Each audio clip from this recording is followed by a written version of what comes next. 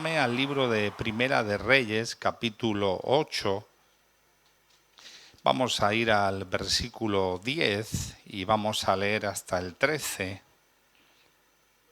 Primera de Reyes 8, del 10 al 13, y dice: Y cuando los sacerdotes salieron del santuario, la nube llenó la casa de Jehová, y los sacerdotes no pudieron permanecer para ministrar por causa de la nube, porque la gloria de Jehová había llenado la casa de Jehová. Entonces dijo Salomón: Jehová ha dicho que él habitaría en la oscuridad.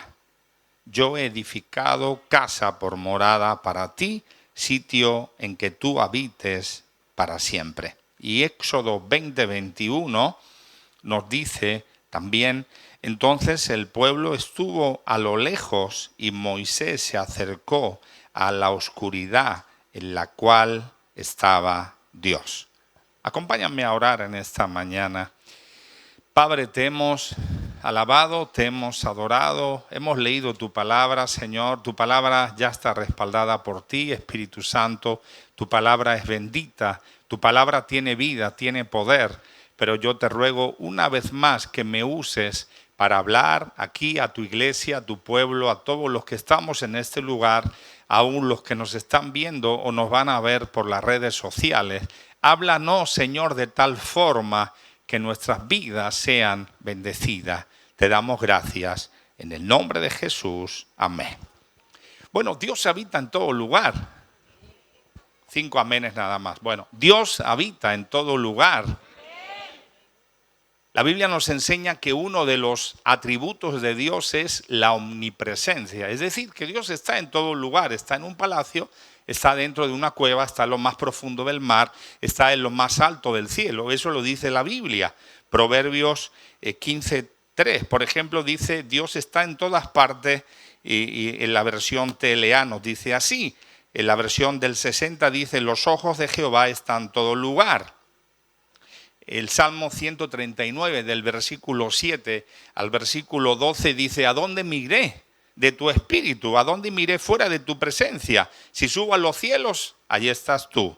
Si bajara a lo más profundo del Seol, allí estás tú. Si en cualquier lugar, Dios está. Por eso, ¿dónde nos esconderemos que los ojos del Señor no nos vean? No hay lugar. La Biblia nos enseña que además de especificar que Dios en uno de sus atributos, como la omnipresencia, menciona algunos lugares. Por ejemplo, nos dice en 2 de Crónicas 30:27, dice que después los sacerdotes y levitas, puestos en pie, bendijeron al pueblo, y la voz de ellos fue oída, y su oración llegó a la habitación del santuario. ¿A dónde? Al cielo. Ahí está su trono. Y dice que los levitas, que los sacerdotes bendecían al pueblo, oraban por el pueblo, y Dios les escuchó. Pero Dios también estaba en ese lugar. Pero Dios tiene su trono en el cielo. Hechos 7:49 nos dice: el cielo es mi trono y la tierra es el estrado de mis pies. También la Biblia nos habla en Joel 3:17, que dice: y conoceréis que yo soy Jehová vuestro Dios, que habito en Sión, mi santo monte, y Jerusalén será santa. Dios también está diciendo que habitaba ahí en ese monte, en Sión. También Dios habita en medio de su pueblo. Dios está aquí. ¿Lo crees? Números 35:34 dice: no contaminéis pues la tierra donde vais a habitar, en medio de la cual yo habito, porque yo Jehová habito en medio de los hijos de Israel. También, por descontado, si somos templo del Espíritu, ¿cuántos son templos del Espíritu Santo? Si somos templo del Espíritu Santo, Dios habita dentro de nosotros. Primera de Corintios 3:16, la versión Nuevo Lenguaje, nos dice: ¿no sabéis que sois templo de Dios y que el Espíritu de Dios habita en vosotros? Nos queda claro que Dios está en todo lugar, pero también Dios habita en la oscuridad. Y vamos a ver algunos de los personajes. Hay muchos. Voy a mencionar 5, tal vez 4, tal vez 6, dependiendo.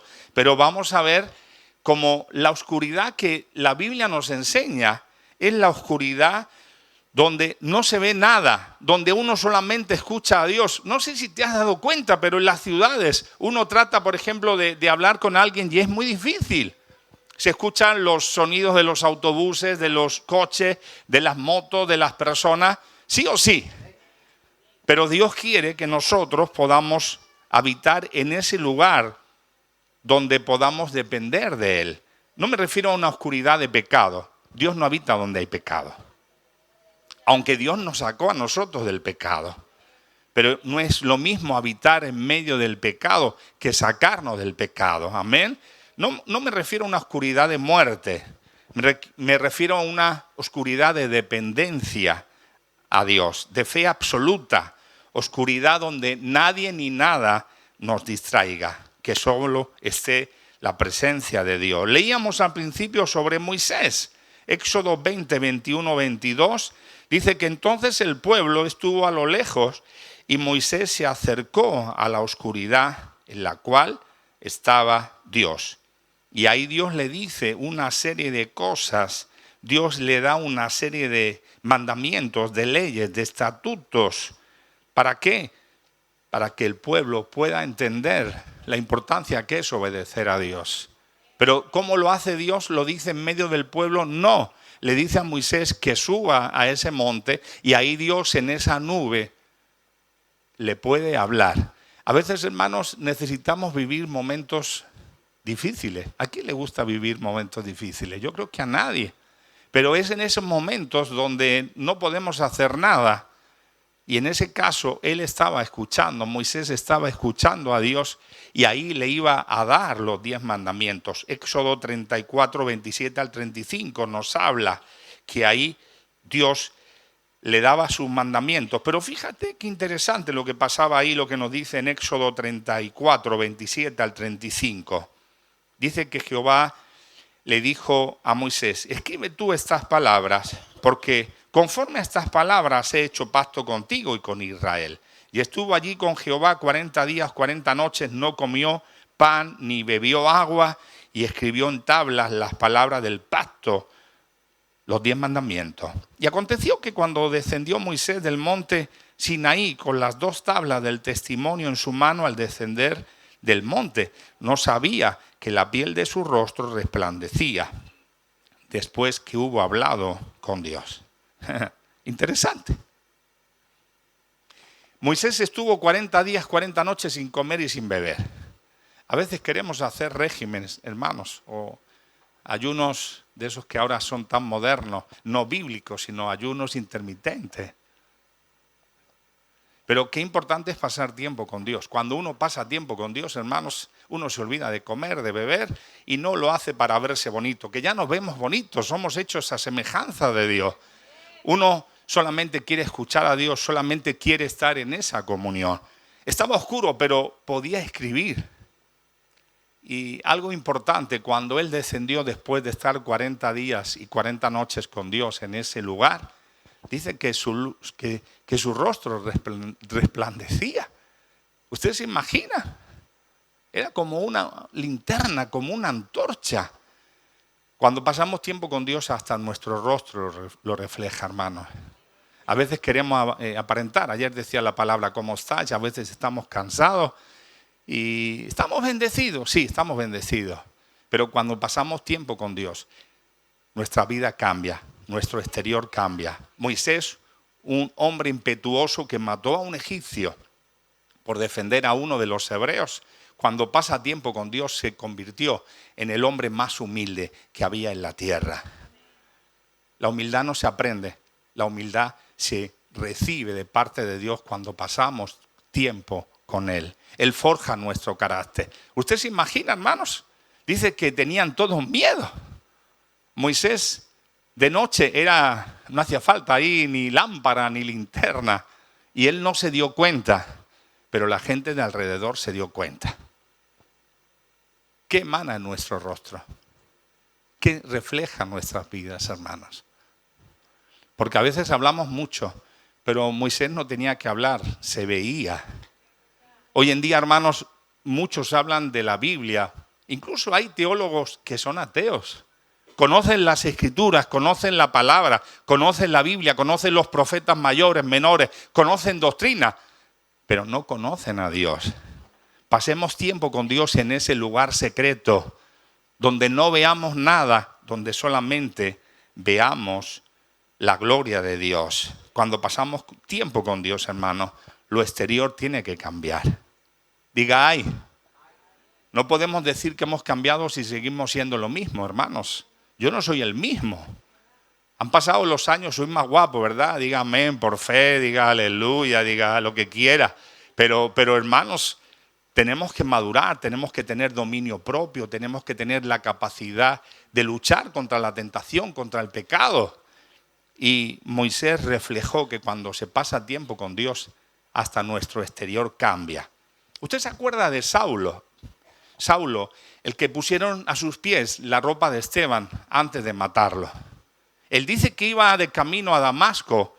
Nos dice el libro de Hechos, capítulo 9, versículo 7, que iba camino de Damasco para ir a las sinagogas para que los principales le dieran la guardia y él con esas cartas pudiera ir a perseguir a la iglesia. Pero en medio del camino, dice la Biblia, Hechos 9, 7, y los hombres que iban con Saulo se pararon atónitos, oyendo a la verdad la voz, mas sin ver a nadie. Entonces Saulo se levantó de tierra y abriendo los ojos, no veía a nadie. Así que llevándole por la mano, le metieron en Damasco. Interesante. Él iba por el camino, iba a Damasco, iba a la iglesia, a la sinagoga, iba con cartas, para que ahí le cedieran la guardia y pudiese perseguir a la iglesia. Pero en ese camino vio a Jesús. Y cuando él vio a Jesús, sus ojos exteriores quedaron ciegos. Él iba a Damasco para hacer algo que él quería, pero al final, siendo él el jefe de los que llevaban toda esa tropa para ir a ese lugar, tiene que ir a Damasco dándole la mano a alguien porque ya no veía. Y llega a Damasco y ¿qué hace? Recibe un milagro. Llega alguien enviado por Dios que ora por él. ¿Y qué sucede? Ananías recibe esa visión de que él ora y esas escamas de sus ojos caen y recibe la vista. ¿Y sabes qué hizo Saulo? Se bautizó.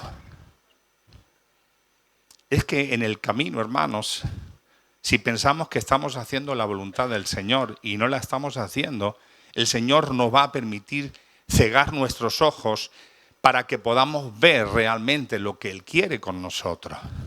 El hombre propone y Dios dispone. ¿Cuántas veces queremos hacer cosas pero no lo estamos haciendo a la manera de Dios? ¿Y qué sucedió? En esa oscuridad Dios lo trató y Dios habló con él. Y siendo el perseguidor de la iglesia número 1, se convirtió en un apóstol enviado a los gentiles. Dios le dice a Ananías, porque Ananías le dice, Señor, ¿cómo yo voy a ir a orar por Saulo? Si tú sabes lo que ha pasado con Esteban, tú sabes lo que ha pasado con las iglesias, que los mete a todos en la cárcel. Y le dice Dios a Ananías, no te digo yo que ores por él, porque a partir de ahora me va a ser un instrumento en mis manos para llegar a predicar el evangelio. Pero tuvo Dios que tratarlo en esa oscuridad. A veces vivimos problemas, situaciones, y decimos, Señor, ¿por qué? Porque Dios está tratando con nosotros.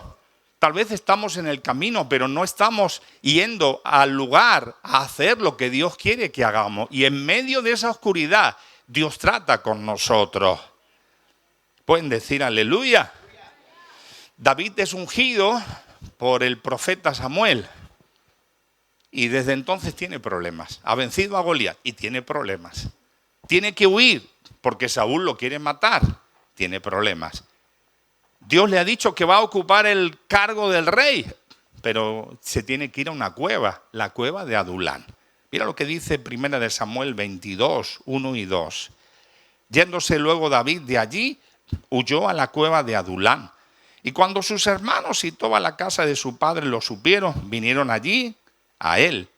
Y se juntaron con él todos los guerreros valientes, fuertes. Perdón.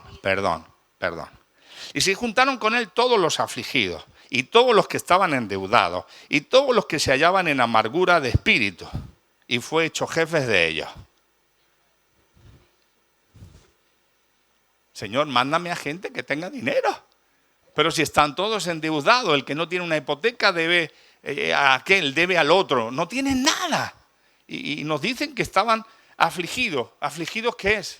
Triste, desanimado. Y nos dice, hermano, todos los que estaban ahí en amargura de espíritu. Ahora, pero fue el jefe de ellos. 400 hombres. Y yo creo que David diría, Señor, a ver, yo estaba con las ovejas de mi padre, estaba disfrutando.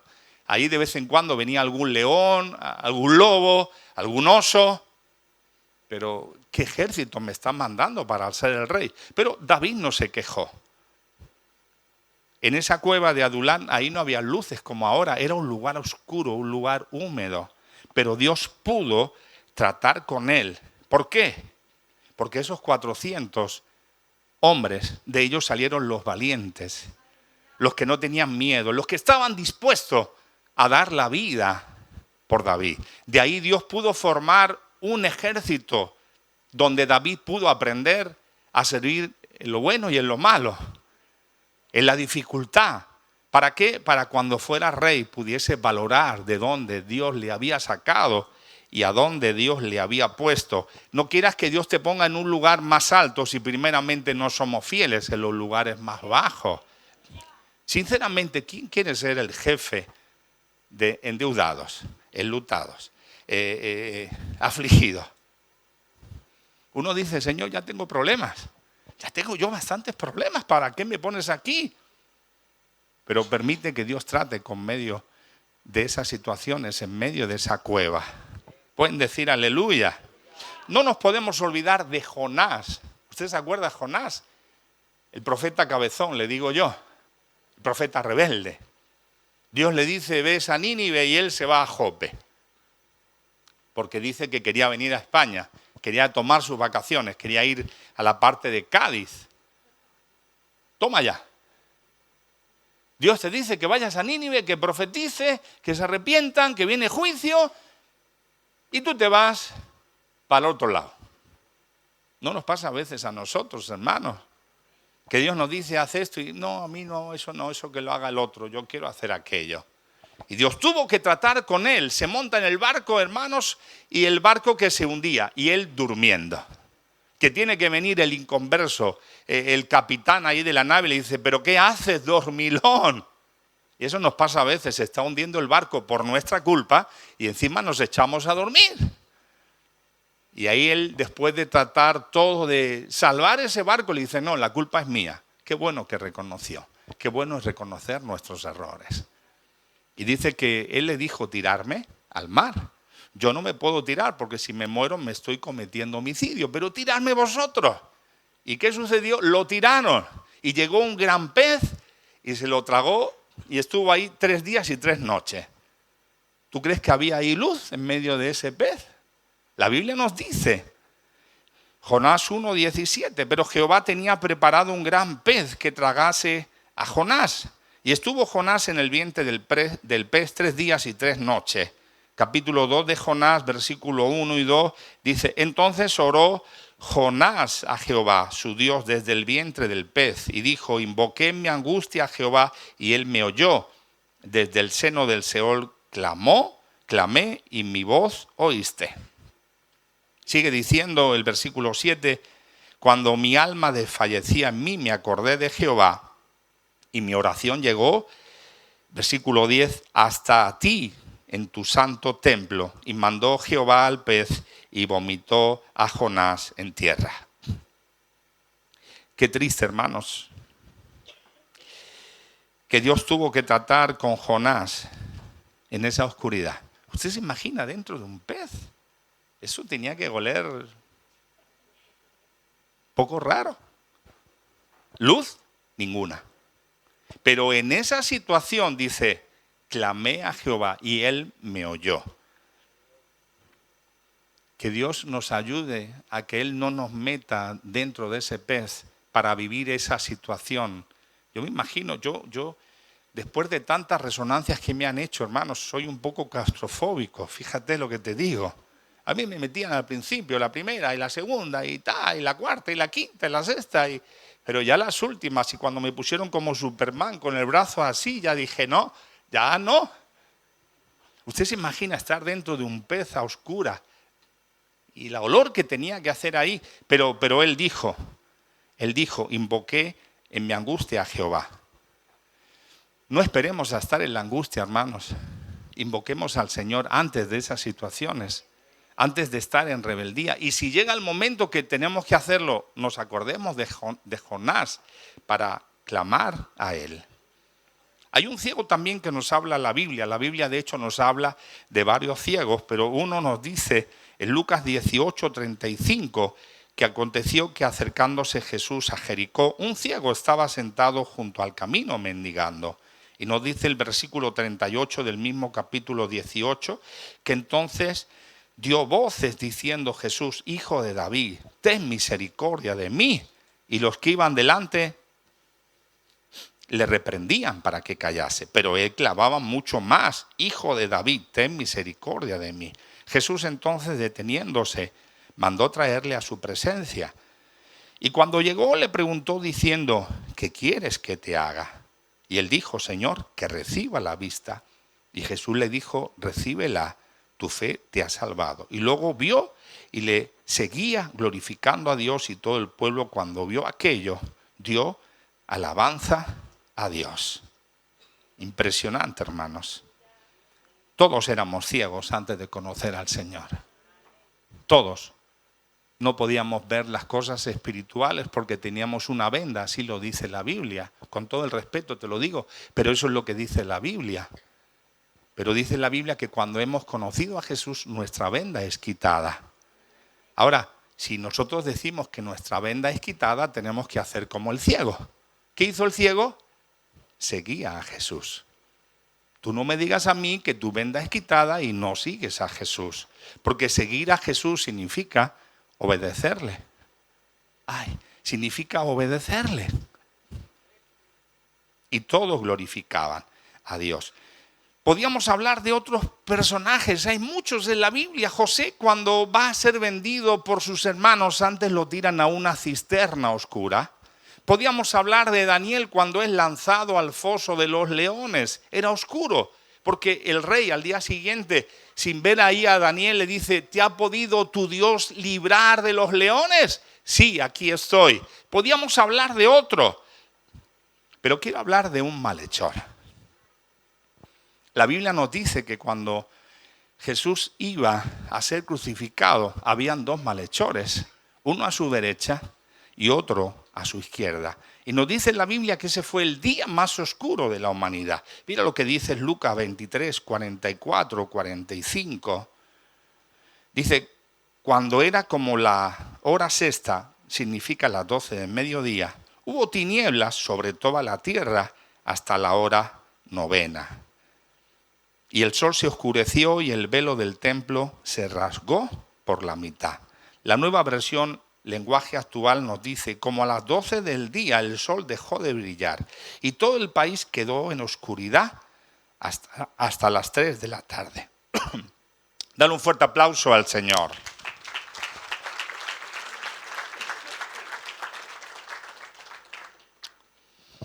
En ese día oscuro habían dos malhechores. Ambos tuvieron la misma oportunidad, pero uno no la aceptó y otro sí.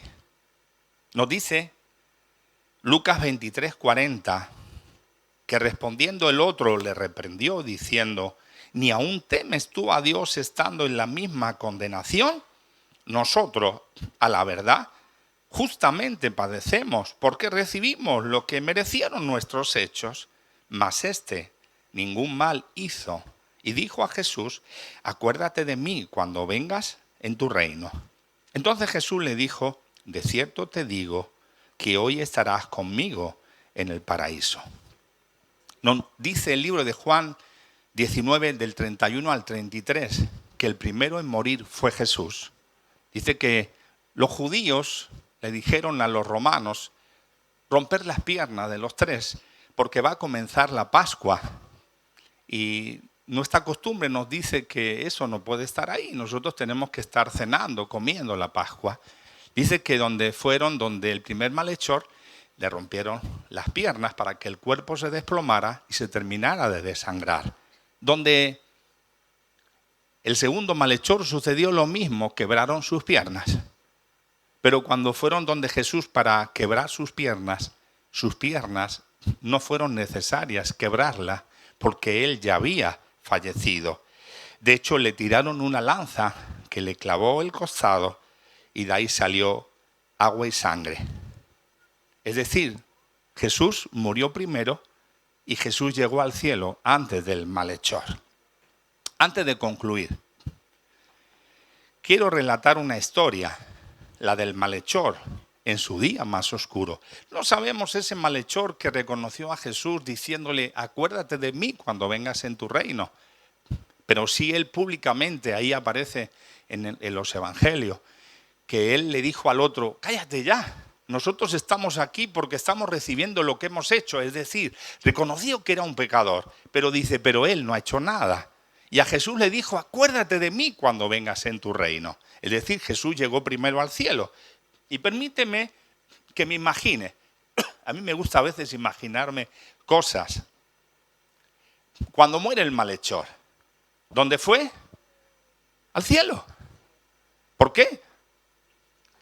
Los testigos de Javier dicen y cambian lo que dice la Biblia. Jesús dice, de cierto te digo que hoy estarás conmigo en el paraíso.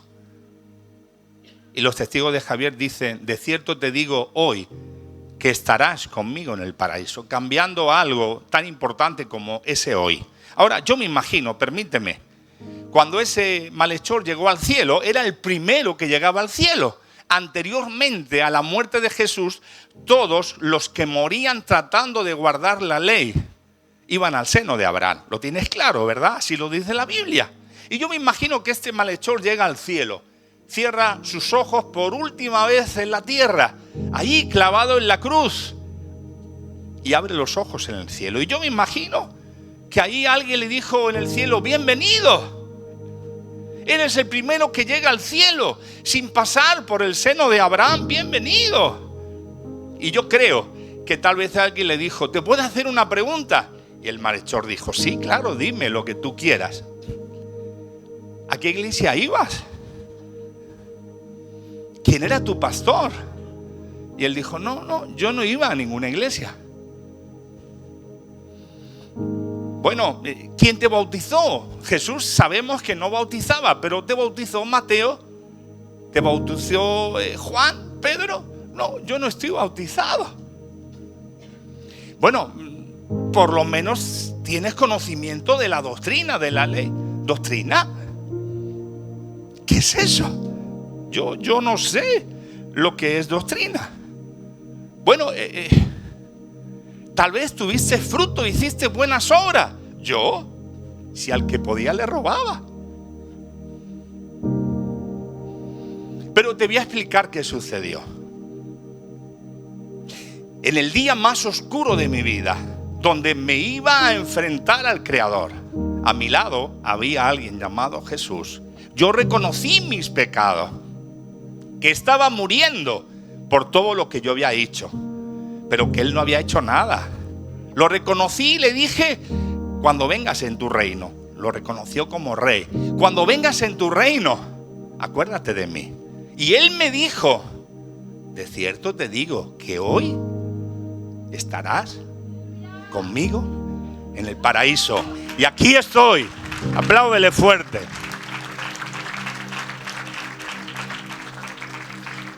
Te digo algo, cuando lleguemos al cielo no vamos a llevar muchas sorpresas. Con esto no estoy diciendo, como ayer decía la palabra, no estoy diciendo que lo que hizo lo tenemos que hacer nosotros. Ayer decía la palabra que Dios trata con nosotros de una forma distinta, de una forma única. Ese malhechor no le dio tiempo. Si él hubiera bajado de la cruz y Dios le hubiera dado tiempo de vida, él tenía que haberse congregado, como dice la palabra. Hebreos 10:25, no dejando de congregarnos como alguno tiene por costumbre. debería haberse bautizado, como dice Marcos 16, el que creyere y fuere bautizado será salvo, mas el que no creyere será condenado. También nos dice la Biblia que tenemos que tener doctrina. ¿Qué es doctrina? Es conocimiento de lo que Dios nos dice que tenemos que hacer. Saber discernir entre lo que Dios dice y lo que Dios no dice. Lo dice Tito capítulo 2 y versículo 1.